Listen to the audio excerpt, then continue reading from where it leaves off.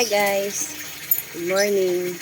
For today's video, mag-aayos na naman po ako dito. Kasi ayan si Mexicano guys, tumumba na. So para ikakat ko na yan ngayon. Ayan, napakalaki ng puno niya. Malaki naman po yung paso niya.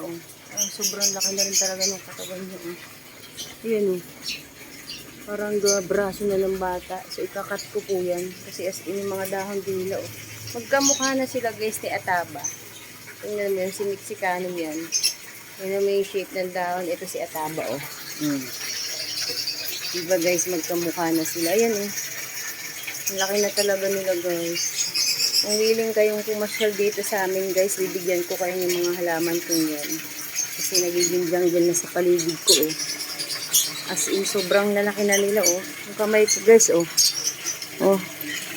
sobrang laki nila as in ayan Ito variegated na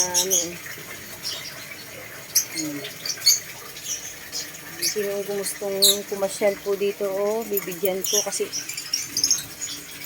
ayan na guys, sobrang na talaga nila. As in jungle na. Ayan Ayan. So ikakat ko po yan ngayon. Ang ganda talaga ni Ataba Giant na siya Yung top cut po niyan, buhay na rin nandun sa kabilang side. Ayan yung mother niya. Ayan, ang ganda niya guys.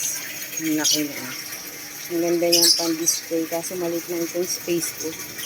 Kaya maganda siya sa mga farm, yung malalaking space. Bagay na bagay siya guys. Kasi ang laki-laki na niya. Ang dahon niya, as in ang laki, magkamukha sila ni Mexicano. Ayan Ang dahon niya ganyan din pahaba. So tara na guys, ikat na natin yan. Guys, ayan yung pinat ko na Mexicano.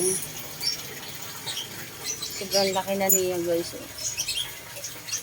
Tingnan mo mga dahon yung super giant na as in, Yan Sinong may gusto guys. Kasi gumugubat na talaga. Kailangan ko nang magbawas. Ayan Ang ganda, ang laki na nyo. Ganda niya guys. Ang mahal-mahal itong mga halaman na ito dati. So ayan, pinat ko na. Tingnan mo ang laki na talaga ng katawan niya Sobra. Ang giant na yan. Ito guys, hindi pa ako tapos. Binago ko na naman. Ayun Nabago na naman ang mga direksyon nila. Ayan. Ayun si Ataba. Dito pa rin nailagay. Pero dito siya. Papatong ko dito sa malaking paso na yan. At itong monstera na green, ibinaba ko na siya guys. Kasi suko na siya dun sa net. So andito na siya Yan. Yan na siya. Binaba ko na. So binago-bago ko na naman. Si green siratom, inakot ko na siya dyan. Yan. Hindi pa tapos, ang dami kong nakuhang kalat at saka yun yung mga paso na nakasingit-singit sa tabi-tabi Ayan yung mga pinagkat ko ang lalaki pa naman sayang. Ayan si Mexicano. Si Ataba ilalagay ko na yan dyan kasi malaki yung space na makakain niya. Gawa ng ang laki ng kanyang mga dahon, so kailangan maluwag siya din. Ito